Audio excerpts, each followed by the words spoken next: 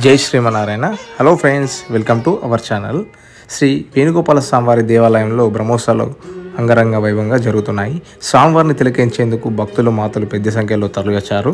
అర్చకుల వేద మంత్రోత్సవాల నడుమ సంకీర్తనలు, పూజలు, నివేదనలు జరుగుతున్నాయి.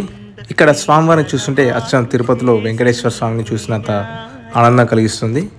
శ్రీ వేణుగోపాల స్వామివారి భక్త బృందం తరపున మేము మీకు బ్రహ్మోత్సవాల వీడియోలని అందిస్తున్నాము.